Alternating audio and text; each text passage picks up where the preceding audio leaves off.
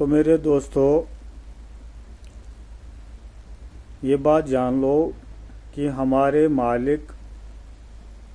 ہمارا جو مالک ہے وہ وسیع علم، وسیع وزڈم اور وسیع طاقت رکھتا ہے۔ اس کے علم، وزڈم اور اس کی طاقت کی کوئی ہیومن سکیل نہیں ہے، کوئی بھی اس کا احاطہ نہیں کر سکتا۔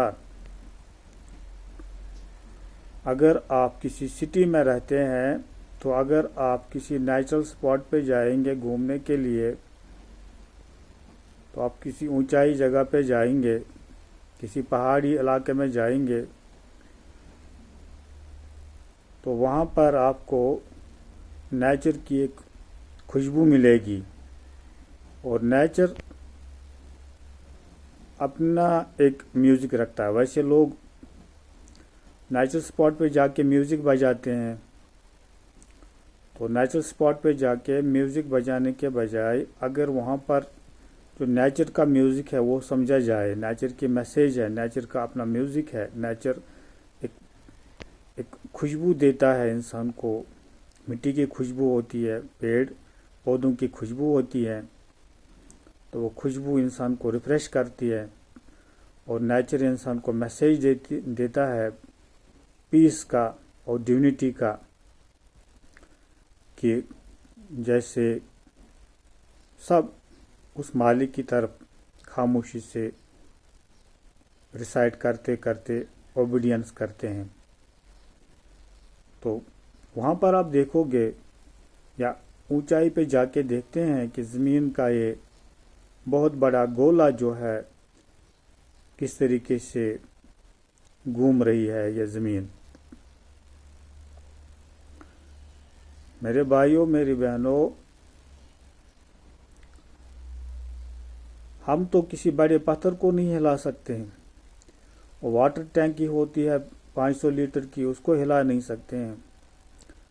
تو ہمارا مالک اتنی طاقت والا ہے کہ وہ زمین کو بڑے بڑے سمندروں، وشال سمندر جو ہیں ان کو لے کے اور بڑے بڑے پہاڑوں کو لے کے یہ زمین گھوم رہی ہوتی ہے۔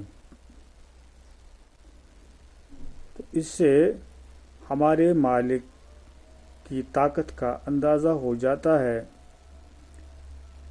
اور سورج کو دیکھتے ہیں کہ اس میں 1 سیکنڈ میں ہزاروں ہائیڈروجن بم پھٹتے ہیں۔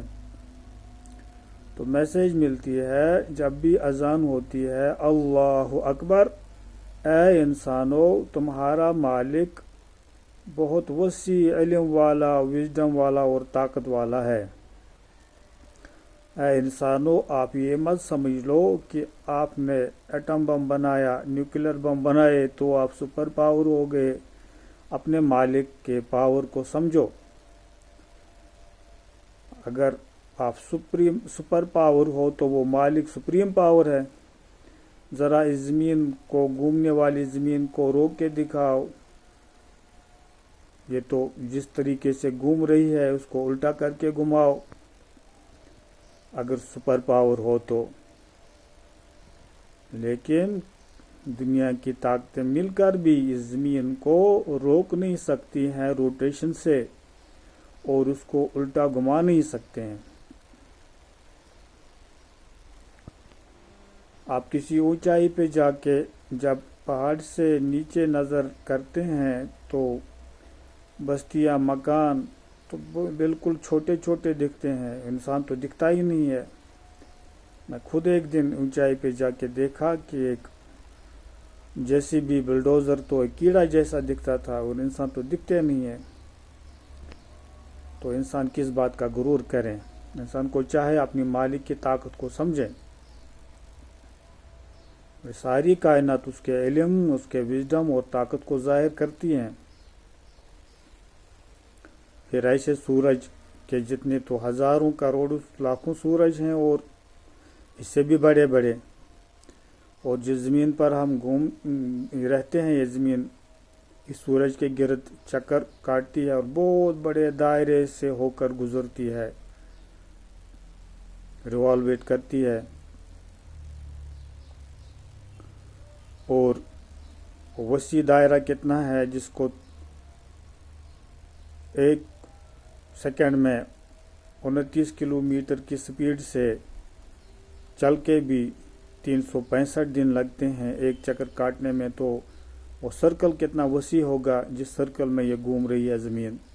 پھر ایسے ایسے اور بھی ارتھس ہیں، تو 9 ارتھس کو پلانٹس کو دیکھا گیا، 9 زمینوں کو، پھر ایک تو اس سے بھی دور جا گئی۔